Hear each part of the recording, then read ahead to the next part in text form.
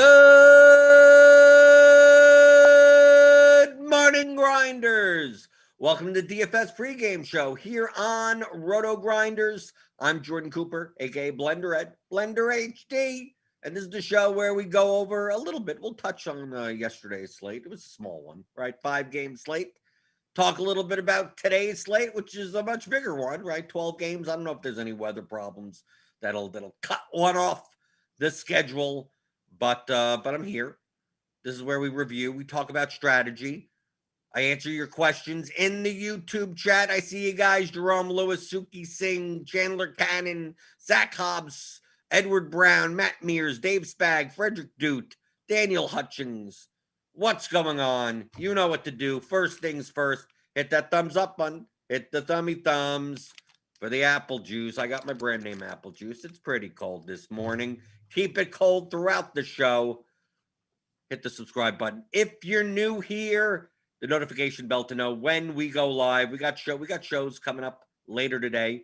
NBA Grinders Live, MLB Grinders Live. I'll be on that. I'm filling in for Stevie, so it'll be me and Chris Kirk D's on that show later today, and then crunch time for premium members. I don't think we have free one today. I think that's just for premium. But yesterday was not necessarily a good day, right? It's not going to be a good day when you don't take the team that scores 14 runs and you took the pitcher against them, right? So that's not going to work out, right? Not going to work out when I hand built a bunch of GPP lineups. Cash games I actually did fine. Cash I made money. But in GPPs, I made 12 lineups. I just hand-built 12 lineups. Single entry stuff, I played like the 150 warning track, the 121 single entry, played like the 88, one entry into the 88, one entry into the 44, all on Draftkings. And I decided that obviously the chalk combination yesterday was Molly and Wood, and obviously that got there, 50% owned. I didn't expect Kirk Gibson to be this owned. I actually thought he was going to be way lower owned than that. I thought Luke Weaver would be where Kirk Gibson was going to be owned. So my attitude was, I thought the ownership was going to go from Wood, number 1, Molly, number 2, Weaver, number 3, then like Gibson, Keller, Martin Perez, and garbage underneath that. So to attack one of those pitchers, do I want to play the Pirates against Molly? Do I want to play the Rangers against Wood? Do I want to play the Marlins against Weaver? I chose the Marlins against Weaver. And then in order to obviously not have the chalk pitching combination, I played Mitch Keller against the Reds, and it did not. It was fine for 3 innings. Worked out fine for 3 innings. That fourth inning, no, that's when he gave up 6 runs. So that did not work out, and the Reds went on to score 14. So no, so that and Weaver got there, and right, because the Marlins didn't do much, right? So Weaver got 27.85 and only 75 pitches. He got pulled 6 1/3 in, for whatever reason. I have no idea. So it was not a good day in GPPs yesterday for me, and we could see here with the pitching ownership, like we have like NC Orfield 8K, try to get a little bit different at pitcher. But more Garcia, Holloway go cheap there. He didn't. I mean, he only pitched 2 innings. Yet we have like a Hubro who's just like, I'm going to take the chalk pitcher combination and get different elsewhere. And then we have Ricky D, who played very little Wood and actually stacked against him. So we see in Ricky D's exposures, we could look here.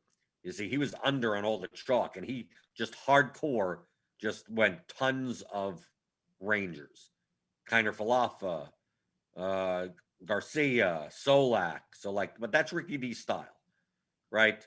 A very high variance.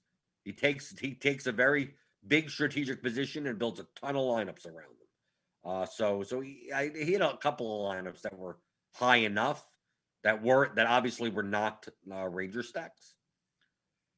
But then we have the Colts, who primarily went, we have a bunch of Ice and Diaz because he was cheap at second base, but he played a bunch of Reds. So obviously he's going to be towards the top. But we see across a lot of these 150 maxers that they took primarily different stances because on a 5-game slate, like how many choices do you have? Right? There are clear spots for leverage. What choices are you going to make? Either you're going to eat the chalk pitchers and get different with your stacks. So we see with their a hub row, like Ison Diaz, Kyle Tucker. Well, he still took a bunch of the Astros, who were kind of chalky, right? We take a look here. I got pretty much the Red Sox. We got Bogarts, Devers, Marwin, Verdugo, JD. Yeah, that was the chalk stack, Boston. And then we have Houston, I guess, right? Jordan Alvarez, 22%, Bregman, 18, Altuve, 16. So they were probably number 2. And then I think the Reds. The Reds, and then kind of the Angels. Like that was the chalk. But I thought if I could still play the chalk if I just played Keller. And Keller was 12% owned. So that was my decision point. I'm going to attack Weaver, play the Marlins, and then play them with the Red Sox, with the Astros, with the Angels, and then play Keller. So that was attack Weaver, play Keller. Didn't work out, obviously. Should have been the other way around, right? Play Weaver, attack Keller. That would have worked out, but I didn't do that. You hear Brick 75, still a bunch of Ison Diaz, Corey Dickerson, Jesus Aguiar. So yeah, so Brick 75 kind of went my route also. I don't know how much Keller that he played. Still 7% or something like that. But heavier on the Marlin stacks. Right here. Scroll down a bit. Yeah, Brinson, Anderson, Cooper. Yeah, it's all Brick 75. We go down to other people. Duggar, that's a Giants stack. Giants, Tauchman. Okay, Posey. So need lunch money. Took more of a stand. I mean, not much of a stand, but more of the Giants. Trout was 20% owned. People had him across the board. But we could see here a lot, like just under on the Red Sox and the Astros, especially if you were taking the chalk pitchers. No, that makes sense. I mean, other than that, though, what else happened yesterday? That was pretty much it. It's a 5-game slate. With the 6th game, the Coors game, got postponed, so you didn't have that. I would have preferred that, because then ownership would have went over there, and then you could have gotten some of these teams for a discount.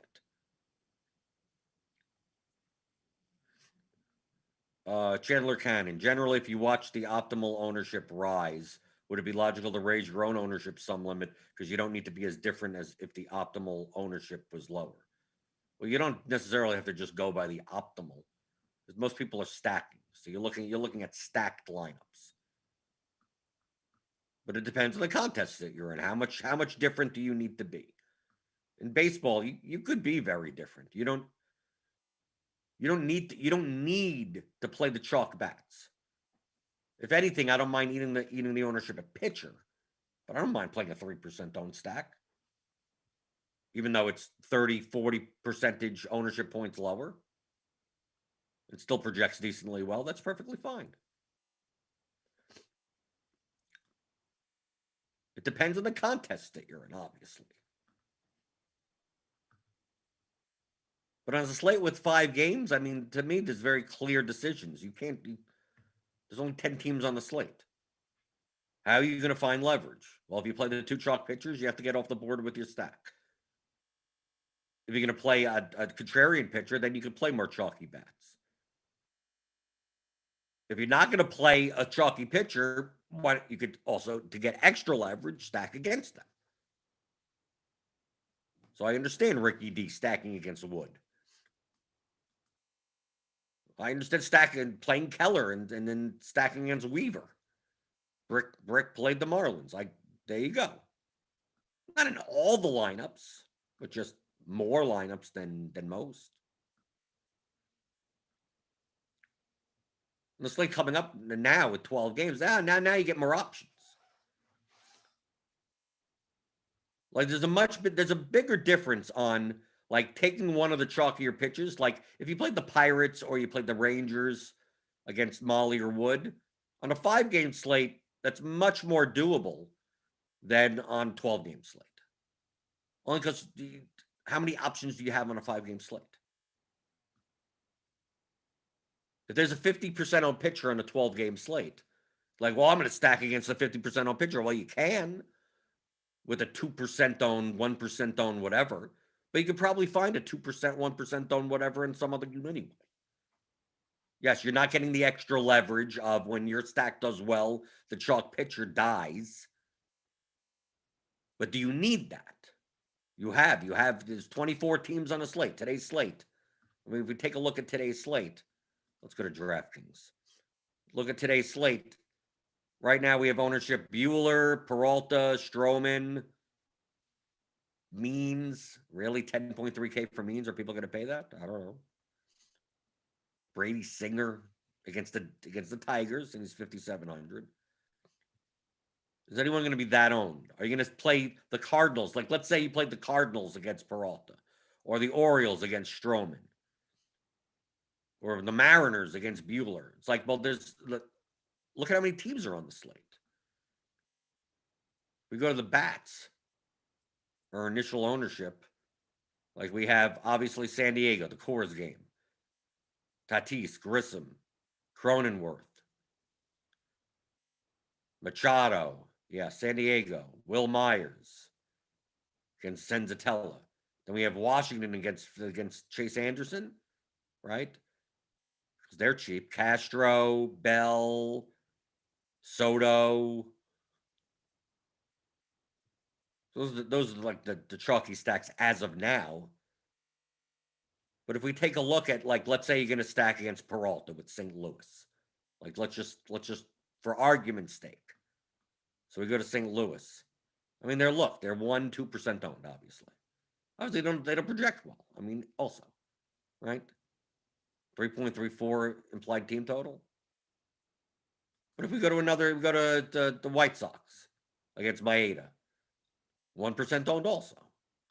We go to Minnesota against Cease. So 2-3% there. We go to, let's see, Miami against Bumgarner. What, other than Garrett Cooper, what, 6%, 3%, 2%? There's plenty of other stacks that are the Royals against Boyd, 6%. Okay, that's a little bit higher. The Yankees against whoever they're pitching, Patino and a long reliever, 2%, 4%. So when you're looking like, oh, I'm going to stack against Peralta, it's like you're getting a 1-2% owned stack. And you're getting the extra leverage because Peralta is going to be owned. But is that as necessary when there are other 2 or 3% owned stacks to begin with on the slate? On a 5-game slate, obviously the ownership at pitcher gets much more condensed. There's only 10 options to play for stack-wise. So since I only have 10 options and there's going to be 2-3 chalky pitchers, those 2 or 3 stacks are going to get you extra leverage on a slate where the high owned stuff is going to be even higher owned because there's only so little options. So don't automatically go, especially on large slates, to who's the chalky kind of SP2 guy, right? Not the greatest of pitchers, someone that could get blown up. And let me take 5 guys against him. Well, I mean, you could probably find a stack as owned as that stack against the worst pitcher. Not a horrible pitcher, but against the worst, even though that pitcher's not owned. But don't let me stop you from doing it. You can, but don't automatically go there. Oh, who's going to be the highest owned pitcher? Well, I'm going to stack against Walker Buehler. Because remember, your stack still has to come in with a lot of runs. So it's not a matter of, oh, Walker Buehler gives up 5 runs. And I got the stack against him. It's like, yeah, but if there's a team on the slate that puts up 12 in some other game, your stack doesn't matter anymore. On a 5-game slate, it's less likely to happen. It's only 5 games. Here, there's 12 games. Unless you think Walker Buehler is going to get blown up for 10 runs. but most of the time people are rostering those pitchers because they're the best projected pitchers on the slate.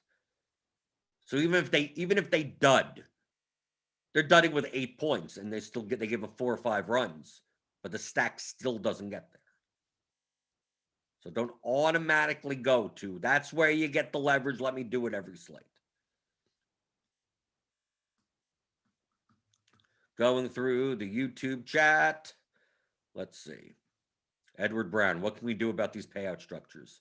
Came 95th in a 48,000 person contest. The payout just pissed me off. There's nothing you could do. All you could do is make lineups that could try to get first place. If you're not building lineups with first place equity, don't play those contests. Those contests are not about making the safe plays, the best plays, quote unquote, the projected plays. But aiming for first place. If you aim, you can see right there, came in 95th. You got what? A set of steak knives. You get nothing. You got like 4x your money or something. You beat what? 47,000 people for entries. Of course, 95th ain't good. Sometimes 8th isn't good, right? Some of these payout curves. I'd love them to be flatter at the top. I don't mind the 95th place. Screw you. Whatever it is, it is. The difference between first and 10th, that's where it needs to be. 50,000, and then it's like 2,000 by the time you get to 7th place. And the difference between 7th and 1st could be like 3 points. That's what I'd rather change than who cares about 95th place? You're not playing for 95th place. Michael Dompier asks, Wood and Molly both had great matchups, but the bat had their ceilings close to Weaver, Gibson, and Garcia. Even though they worked out in large field GPPs, do you think those two were overowned? Yes. That's why I played other pitchers. I mean, really, like Weaver, Gibson, Garcia, Keller should have been closer on. I think Wood and Molly, their efficient ownership was probably 35%. Probably still the highest owned pitchers. But it's so much easier in baseball to get different with your bats. That just playing the highest projected pitchers a lot of times is an easier way to go. You feel more comfortable in those situations. It's like you have enough leverage. Right? You're playing a 5-man stack. You're playing an Orioles stack, right? You're doing something like that. You're playing a 3% on one-off, and you're just like, okay, so I play Molly and Wood. They're the 2 best projected pitchers.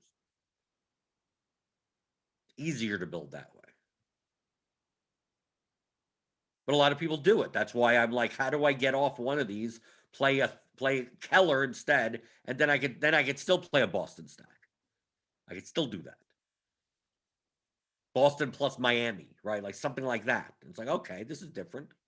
Didn't get there, of course not, but thinking about it in those terms, especially on a 5-game slate.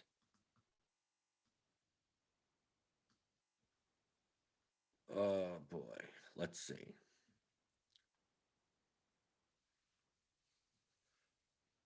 Yeah, Monster 01 has the right, that does my type of thing. I play fewer lineups in those contests and more likely to max out flatter payouts within my limits, right?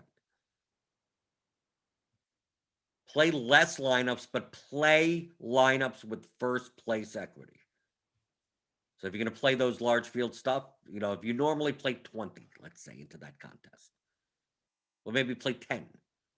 But then make those 10 lineups, each of those 10 lineups, like this could win first place.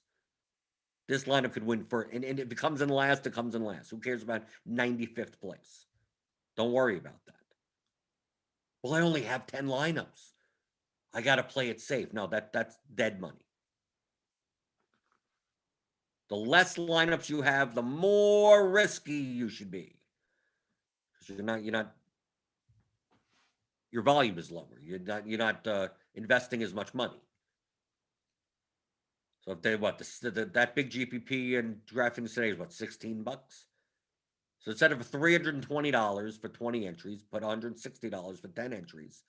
I mean, each of those 10 entries, like, this is weird, and this could win first. This is weird, this could win first. If you lose all 10 lineups, then that's so be it. Now, if you did that for 100 lineups, you'll have a lot of slates where you lose $1,600 like that, where you lose most of it. You put in 16, you get back 300. When you're playing more entries, I can understand retaining some equity by not playing 150 all high variance lineups. Do nutso things in all of them. You do little nutso things in most of them. Doesn't mean you're not building safe lineups. You're not building like completely leveraged city type of lineups.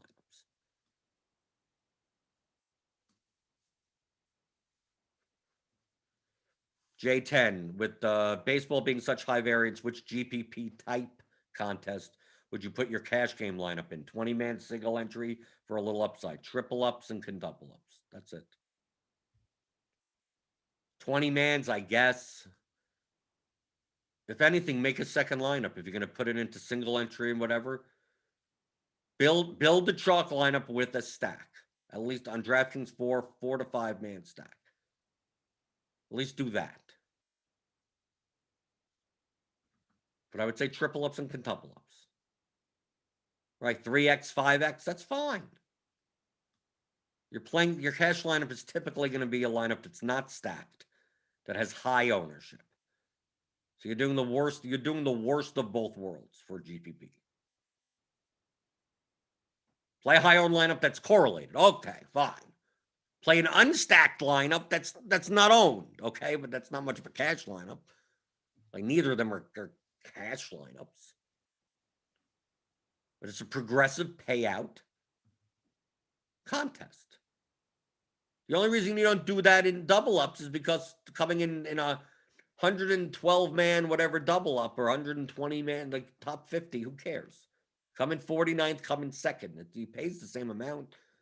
Those extra points don't matter. You just have to make it to the halfway point. But in GPP contests, they progressively pay out. If you come in the top 25, you get double. If you come in the top 10, you get 3x. If you come in the top 2, you get 5x. I mean, like it goes up, the more points. So you want to have access to those more points, that more money. And you do that by increasing the variance of your lineup. And obviously, that goes against what you should be doing in double ups. Double ups, you should be limiting the variance in your lineups because you don't need first place. You just need the top half, right? Top 45% or whatever. Double up, triple up, top 30%. Quintuple ups, top 20%. You know, like you don't need first. Coming in 8th in a quintuple up, gonna get you paid, right? In a 62 man, whatever. So you don't need first. You don't need third. You just need everyone gets paid the same amount. But the single entry GPPs or whatever, you should play GPP lineups for that contest. Alex Santi says 3 mans and 5 mans. Yeah, you could do that also. Well, it's the same type of thing. A 3 man is what? A triple up. A 5 man is a quintuple up. I mean, it's the same thing. Just that obviously you're only playing against 2 opponents or 4 opponents, but it's the same type of concept. Today's slate. What's going on with weather? Let's check the weather. Anything we should be looking out for? Roth's initial forecast. Oh, not much. I guess yellow orange in Coors. There's enough rain early for a late start, but I expect them to get the game in after the rain clears. Okay. Nothing else. Yellow, pop-ups in Atlanta, New York, some light rain. It doesn't look all that bad today. We may get all the games. We're looking on. I wanted to show you this. So if you have the bat and you want to get a sense of like how the projections are for the entire slate, like obviously you could look at the pitchers. So I mean, I could look at pitchers like individually, right? I don't mind looking at the pitcher screen. The problem is when it comes to team stacks, like you could go to individual teams and see the projections. Like pitchers, I don't mind. So pitchers, I'm looking here. I'm like, based on the bat projections as of like 10 in the morning, which I don't even know if any of the Cardi's adjustments are in. We could see Singer, Wilson, Stroman, Peralta, Cease, right? Matt Boyd 6,300. That seems too cheap. We used to pay 10K for him, remember? So I'm just looking at pitchers. I'm like, okay, here's some of the top projected pitchers, point per dollar. Okay. So maybe we're not playing means, right? He comes further down. Bueller doesn't even project, right? I mean, look, according to this, Peralta has the highest raw projection, higher than Bueller, and Bueller's 400 more. So I'm looking at the pitchers. So I'm like, okay, here are the pitchers. But now when it comes to the bats, I'm like, so what teams rate out well, point per dollar wise? Well, the bat has a stack projection page, right?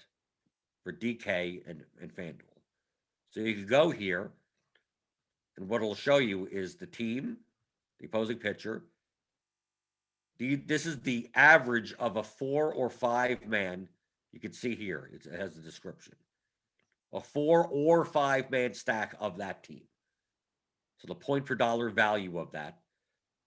And then out of that point per dollar value, how many of those come in the top 25, top 50, top 100, top 20, 250, top 500, top 1,000? From a point per dollar value. This isn't a simulation or anything. So I could see right here and I go, okay, the Angels project well. The Brewers project well for their salary. Tigers, Marlins, Royals, Nationals. But we can see here that like the Padres obviously have a high ceiling, but they're expensive, right? The Dodgers have a high ceiling, right? 87. Braves, they're just expensive. We go here, we can see the Nationals, the Phillies, right? They have very similar ceilings, but a little better point per dollar value. The Angels don't have a high ceiling at all against McCullers. They're really cheap. Because Ohtani's pitching, and he's not going to be in the lineup. So a lot of that, especially on DraftKings, is driven by some like godforsakenly cheap players that just end up in your stack. So like if we go to the Angels, for instance. Like without Ohtani in the lineup, we get a 2.5K Upton, a $2,100 Rojas, a $2,800 Iglesias. I mean, look at the bottom of the store. Look at 4 through 9. It's all under 3K. Then Walsh is 3,800, Fletcher's 3,200, and Trout's 58. So you could make a 5-man. I mean, this is cheap as hell.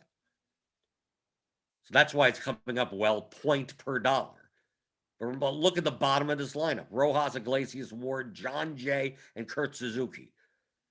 Not really the pinnacle of hitting, but they're just extremely cheap in comparison to the salary structure on DraftKings. Because remember, the highest price guy is like 6K. So when you're 2K, you're like really cheap. 2K on DraftKings is much cheaper than 2K on FanDuel. So that's why we can take a look at the DraftKings. Go Brewers, Tigers, Marlins. The only reason they show up good point per dollar is because they're so cheap. Tyrone Taylor batting third is 2K. Billy McKinney is 2K. Avi Garcia is under 3K, 2,900. So really cheap. So from a median perspective, they rate out point per dollar. If I were to not look at this and not care or whatever and build a whole bunch of lineups, I would get a whole ton. Because remember, the optimizer, just a calculator. It's going to try to jam in fantasy points, median fantasy points. So if I just put it on, it would just going to be a lot of Angel stacks and Brewer stacks and Tiger stacks with an Acuna one-off, with a Trout one-off, with the 2 expensive pitchers. Like, that's what it's going to do. So what you should do is exploit that. Know that. Like, they're cheap. They're going to give you some cheap Tyrone Taylor one-offs, right? Justin Upton. Maybe you want that. But this could show this. So, like, if I just ran it, I'm not going to get that many Padres. Like, let's do that on DraftKings. If I did that on DraftKings, so just based on, I didn't do anything. I'm just looking at this. I'm like, I'm going to put in a 5X and build 150 lineups. I'm assuming I'm going to see a lot of Angels, Brewers. I'm going to see a ton of Angels and Brewers. I'm going to see Nationals. I'm going to see some Phillies. I may get a Padres one-off. I may get a Tatis one-off. A Machado one-off. I may get the Padres as like one-offs. The Braves as one-offs. The Dodgers maybe as one-offs. The Astros as one-offs, but probably not as a stack. Just by this. Just by pure math. Because it's trying to jam in median fantasy points. So I'm going to put it 5x for 100. Okay, and that's it. Build rules. Number of unique, just do 150. That's it. Just build 150. What 5-man stacks show up? I mean, I'm giving it no constraints whatsoever. But based on the point per dollar values, I'm going to expect to see a lot of Angels and Brewers in stacks primarily. And I may see, let's see, maybe I see some Nat stacks, maybe some Marlin stacks, some Philly stacks, probably not Blue Jays. We'll see. Maybe a couple of Tigers stacks, if that. If I may just get all the Angels and the Brewers. So here we go. We're almost there. See, here we go. Tons of Nationals, right? So it's one. So we see pitcher-wise, Stroman and Peralta, the two highest projected pitchers. Makes sense. We go to stack summary. Yeah, it's basically all Washington. It's trying to spend all the money. With Avi Garcia, so that, yeah, because the pitchers, we don't have like high price pitchers. Here, Tyrone Taylor is a one-off. Right, we see it right here. So like if you did nothing, Justin Upton, one-off, right? Tyrone Taylor, one-off. Avi Garcia, Nomar Mazara, one-off, 2,200. Kyle Lewis, there's a one-off. Kevin Biggio. So it's going to create a ton of these types of lineups. So if you didn't do anything, you'd be, I'm getting so many Nationals and not anything else. Well, yeah, you have to tell it what you want. So people get to like, I'm going to get a ton of Nationals based on the bat projections. But they're also going to be owned, right? They should be owned. And people will use tools like this and end up with way more Nationals and Angels and Brewers than they should. If they were paying more attention, probably they'd be curtailing that. So that's how you take advantage of it. Because people don't know how to use the tools well. They're going to let the tool tell them who to play. We don't do that. I tell the tool who to play. You're the tool. You're the tool. I'm not the tool. Right? So you can see here on DraftKings, it's like this, but obviously the sites are different. We go to the FanDuel. So this is the DraftKings, and here's the FanDuel stack. Because obviously the prices are different. So now we take a look at this. We see tons of Marlins, Diamondbacks, Tigers. So the Nats are up there, so they'll be there. But where are the Angels and the Brewers? Like here's the Angels all the way down here. So not much. Where are the Brewers? Brewers, kind of middle of the road. Right? Because the pricing, they're more competitively priced on FanDuel. So we're going to have Marlins, Diamondbacks, Tigers, Indians, Royals. Still Nationals. Because the Nationals are still a little bit underpriced. So it depends on the site that you're on. So let's do the same thing. We're going to do 4 4s on FanDuel. Okay? Just remember, these aren't the lineups that I'm playing or anything. I'm just putting it in. Let's do 150 lineups on FanDuel that are 4-4 with nothing else. Just what's the top projected everything? Don't care about ownership. Don't care about nothing. Or to build. I'm assuming it's going to be a lot of Stroman. Drummond's even cheaper on FanDuel. So you're going to have to spend the money, though. So that's why you may not see as many Marlins. Probably see more Nats, more Braves. I think we'll see Braves, Blue Jays, maybe. Astros, maybe. Because the Marlins, Diamondbacks, Tigers, these are very cheap. So it's going to want to get more raw points, right? Instead of leaving money on the table. We're up to 25. Okay, it takes a while. Takes a while. Let me go through YouTube chat a little bit.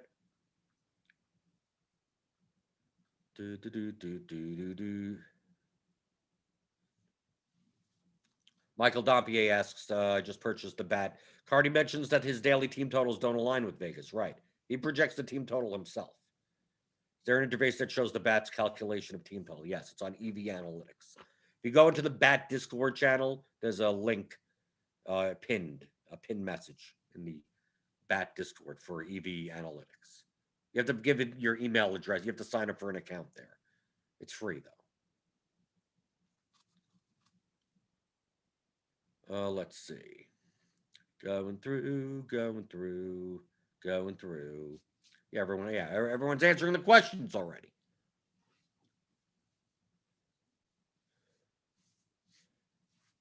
Right, Eric Brunick has the right answer. The site, the EV Analytics site doesn't include the bat projections, just a summary, the team total, just kind of the summary page. Yeah, it's taking a little longer because I'm trying to build 4 4s instead of just like 5 X's. Don't take that long on DraftKings. Just trying to make as many combinations as it can because I also have a number of unique players. I just give me the top lineups. You can also see in lineup HQ we have new setting savings. We have 2 new buttons here. Because what ends up happening, what it used to be, I'll show you what it used to be. What it used to be under build rules is that all these rules would save for all of lineup HQ. So if I left these settings, these build rule settings, anywhere I go, it's going to look like this. So if I move this to 3, it's going to be 3 everywhere, right? But what happens if you're building multiple sites, right? What happens if I want a certain settings for DraftKings, but I'm playing DraftKings and I'm playing FanDuel and I'm playing Yahoo at the same time for the same slate, right? Do I want these to move, right? I may want different settings for DraftKings and FanDuel. For basketball, maybe I'm playing basketball also, so now I have multiple tabs open. Do I want the same settings? No. And it's a pain in the ass to, okay, let me go through DraftKings, build my lineups, and then I have to go to FanDuel and I have to change it to the FanDuel ones that I want. And then let's say I have to go back to DraftKings. Well, now I have to change the build rules again because it's only saving a snapshot of one, no matter what you use. Well, now we've had that separated. Now it's saved to the slate specifically, the sport, and the site specifically. So if you don't save your defaults, you'll just get the regular, normal default day in and day out. You'll get 10 lineups, basic defaults. So now you could save these. So let's take a look. FanDuel's still working. So let's say my normal, maybe I normally build around 100 lineups. Maybe I normally have 3 unique players. Maybe I normally spend at least $49,000, right? I may change it on a day-to-day basis, right? I may start with something like this. Like it's save, click the button. DraftKings MLB defaults were saved for this browser. So it caches into your browser. So anytime you open up a DK MLB slate, it will look like this for build rules. And you could reset, right? You could reset everything. So I go to FanDuel and set in my build rules, I could save FanDuel MLB defaults. So you could do that now. They just put that out yesterday. Because people were complaining back and forth. Because the reason they added that it saves to the slate is because what happens if you're working on multiple sites? with different build rules. Well, if you're only working on one site, then you don't realize that that's an issue, right? It's just like, well, I'm going to keep my settings, right? So people would wake up in the morning and go, oh, why are my settings gone? I have to redo my settings every day, even though my default, like, this is what I normally use or something. Whatever settings they use, they put in. They always use the same ones. That I consider that a flaw. Shouldn't be using the same ones. It depends on the lineups that you're looking to build. But if we have it so it always saves in one place, no matter what site you're on, then it screws with the people that play on multiple sites. So at 10 minutes before lock, I can't be constantly resetting my settings because I'm working on Draftkings and I'm working on Fanduel and I'm working on Yahoo and I'm working on Super Draft or whatever. So that's why we added, now you can save your own defaults that saves to the site and the sport. So that'll help out. So let's look on FanDuel. What happened on FanDuel? Let's go to my lineups. What did we get? Okay, all the Stroman, obviously. Right, all the Stroman. Peralta, and then a bunch of little others, but mostly Stroman. Stack summary. Yeah, Washington, Miami. Right? We can even look at the combinations. Yeah, Atlanta, Miami, Miami, Washington. Right, a ton. Miami, Washington, Atlanta, some San Diego. Right, obviously, to spend the money. Right, because if we look at the salary, low to high, it should spend most of the set. 28-2? There's some lineups that are that high projected that are, well, because it's trying to fit in 4-4s. Even 5,000 on the table. I guess you can. Miami, right? Because it's trying to stack, right? Because if it was 4-3-1, we'd get better lineups that you don't leave 5,000 on the table, 7,000 on the table. So trying to get 4-4s. But we could see here by looking at the FanDuel stacks page for the bat, because that's the projections that it's using. You get a sense. You don't even have to run it. I know I'm going to see a lot of Marlins. I know I look at the ceiling here, the points here, right? I know I'm going to see a lot of Nationals, Braves, Blue Jays, Astros, because it's going to want to mix in high point per dollar value and raw points. So what's the combination of that? I know I'm not going to see many Padres. I'm going to see some, because they're still the highest projected team in raw points. They're just really expensive. But like the Dodgers, I may not see any. Not see much of the Dodgers. Not see much of the Phillies even. Obviously, not see much of the Pirates or something. Like whatever. They're not even on the slate. The Mets, right? Look, the Mets are expensive and they project poorly, right? The Cardinals against Peralta, I'm not going to see much of anything, if anything, by just looking at the 150 top, optimal stacked lineups. But this is 4-4. So like if we switch over, I'm not going to do 150. Let's switch over to 4-3. So what 4-3 does is allow that 1-1 off, and a lot of times it's going to try to just jam in raw points there, which is fine. But that's the main reason that we look at some of these lineups and see lineups that leave 7,000 on the table, 28-2, because I'm telling it has to make a 4-4. I don't care about the ownership. I don't care about any of that. But look, it's a Braves Marlins 4-4 that projects for what? 125.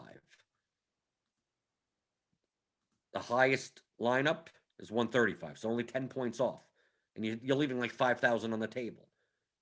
But now if we just make 4-3-1s, I'm not going to build. I'm going to build. Let's build 75. Make it quicker. We should get better lineups than those, right? Because it's going to be able to put in a Machado, a Tatis, someone in the utility, some high raw points, a Cunha, Trout, something like that. So even though the Angels don't project well as a stack, right, here we go. Look, Acuna's 85%, right? So we get to now we start getting to see. We go low salary, right? 31-7. We're not getting those lineups anymore because it's giving you the same Diamondbacks Marlins stack, but instead of a 4-man Marlin stack, it's giving you 3 entities for raw points. Right? We take a look here. Bryce Harper, raw points. That one-off. Garrett Cooper, that's not really here. Acuna, there we go. Tatis. Corey Seagull. There's a Dodgers stack with Marlins, 4-3-1, Braves, Acuna one-off. Here's a Braves 3-man, Marlins 4-man, Tatis one-off. These lineups project better also. They're better than those 4-4. So as long as they're under ownership, you'd rather play the 4-3-1s. Right, we go through here, we see the same types of lineups. So don't automatically go, oh, I've got to build all 4-4s. Got to build all 4-4s. And then people, what they do, they go to build all 4-4s. They have their minimum salary to like 34.8 to 35,000. And then they wonder why they can't build 100 lineups. It's like there aren't mathematically lineups that exist like that you're forcing for from both sides of two different teams. You could more likely do this at 4-3-1. Gives it a lot more leeway, but then you still like take a look at some of these lineups. You go to fantasy points high to low, like here, 33.9. This is leaving 1,100 on the table. And it's the second highest projected lineup. As of the projections as of 9:55 a.m. Don't go by them.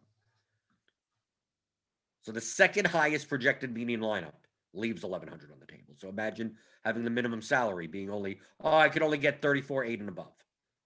Right? Here's 33.7. Leaving 1,300 on the table. It's the third highest projected lineup. Leaving 600 on the table. Yeah, some of them 35 even. Yeah, 35 even. 34.8. 33.3. Here's leaving 1,700 on the table. It's like one of the top 10 projected lineups. National stack, Marlins, 3-man Marlins, Bryce Harper with Stroman. So imagine you went in and you didn't realize those lineups even existed. Right? Because you set your minimum salary to be 34.8 or something. Well, I can't leave 1,300 on the table. Well, it's projected higher. It's not anyone's fault. The sites didn't price them high enough. But if you did this, you wouldn't be aware of those lineups. And you'd be, why can't I make these? Well, you can't, because mathematically you can't. But this is how you could use doing runs like this just to see. You're not using these lineups. You're just looking. Use the stack projection if you have, the bat. I mean, this will end up showing up if you run 150 lineups anyway. But I could just visualize this right here and go, I'm going to see a bunch of this and a bunch of that. Okay. And then the second tier, the second level, is understanding that the bad projections and projections around the industry are not dramatically different. Now, the bat tends to be a little bit different. A lot more variables. But understand that most likely that on DraftKings, that if you're getting a lot of nationals when you're running lineups, the other people are going to get a lot of nationals also. So understand you could take advantage of the projections themselves. So you look here at DraftKings and you go, if I sort by point per dollar, people are going to get Angels, Brewers, Tigers. They're going to get some nationals because they're high. Marlins, Phillies. But you look down here and you go, Braves on DraftKings. They have a high ceiling, right? They have a high ceiling, but they don't rate well point per dollar. But remember, we don't care about medians. We care about ceilings. It's like Braves may be the type against Robbie Ray, maybe the type of team where they come in much lower owned because they're not as competitively priced. And people that use projections and blindly go by medians by just a point per dollar, which are great for building the lineups that cash in GPPs, but not necessarily ones that come in first place. The Braves come in under-owned for their ceiling. Maybe the Astros come in under-owned, or the Blue Jays come in under-owned. The Phillies, maybe. They come in more under-owned than they should. Just due to the fact that people blindly use projections for a median, and they let a tool tell them who to play. which is not how you're supposed to be using it. Right? Good players, this is what they do. How can I get high ceiling lineups that aren't going to be owned as much? And especially not going to be owned because every lineup is jamming in Tyrone Taylor. I mean, that's the type of thing that you should be doing. I take a look at this DraftKings build that we made with we did 5X, right? 5X lineup. We go by ownership. Like Dalton Varsho is in 47% of lineups. Mazara is in 33% of lineups. Tyrone Taylor is in 9%, 13 lineups. Yeah, because it's jamming in some cheap guy in order to get you everything that you need. But that means Dalton Varsho is going to be jammed into a lot of other lineups that your opponents have. So you take a look at this. It's like, how do I build a lineup without Tyrone Taylor or Dalton Varsho? And you start Xing these guys out or play much less of them. Don't play the Nationals with them and Peralta and Stroman. You can see what the chalky type of builds are. Kyle Tucker's still only 3,300. How do I not play him in chalky lineups? And this is where we start playing the game of DFS. But I could see here that anyone that's using decent projections is probably going to get a lot of these, like, what are these cheapies thrown in as one-offs? So maybe you choose to only play those guys in stacks if you're even playing those stacks. Doesn't mean you don't play them at all, but understand that these are the constructions that what it's going to look like. How do I exploit that? That's what I'm all about. That's game theory. That's what game theory is. You're going to learn all about game theory for DFS and the theory of daily fantasy sports. How to think like a professional DFS player. It's a 15-hour audio DFS masterclass. Me and James McCool, 15 hours of structured education. A lot of the stuff on the show I talk about. I mean, it's in the course. But not piecemeal. Now you got to watch a little show here. You got to watch the show from 3 weeks ago. You got to watch I mean, I talk about this stuff all the time. You probably could go back and watch every single DFS pregame show and get pretty much everything that's in this course. Probably. Right, for the most part. But it wouldn't be structured. It would be me answering questions, and it's all over the place. So here, it's like going to a seminar. 15 hours in your pocket. Game objectives, player selection, expected value, leverage, correlation, construction, risk management, exploits, and psychology. There's a bunch of testimonials here. Bunch of people love it. Go check it out. Theoryofdfs.com. Let's see. Anything in the YouTube chat before we get out of here?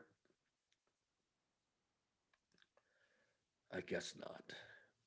Richard Hall said it's worth every penny. Every penny. Every penny. If you take the course and you don't get better, I don't know what else to tell you. They just might as well quit. You just don't get it. Or just play for recreation, which is perfectly fine. Recreationally, hit that thumbs up button. Hit the thummy thumbs. Hit the thummy thumbs. You kept the apple juice cold throughout the show. Hit the subscribe button if you're new here. Notification bell. I'll be on Grinders Live, 5:15 Eastern with Kirkwood. Talking about today's slate. I mean, once we get lineups and everything, obviously, I don't know if we go by position, but we'll be talking about the slate. And then there's crunch time after that. For premium members, you get a premium membership to RotoGrinders. Click on the link in the description below. Get $10 off your first month.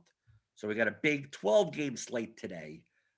Should be fun. I'm playing GPPs on FanDuel today rather than DraftKings. I just the structure of their $16 contest I didn't want to play. They're running that 111 like with 100 max. I don't want to play that, so it's like I'll just play my lineups over on FanDuel today, and we'll see what happens, and then talk about it tomorrow because that's what I do. We do review, we talk strategy, give a little bit of a preview, talk about the tools, whatever you want here on YouTube, because that's what I do.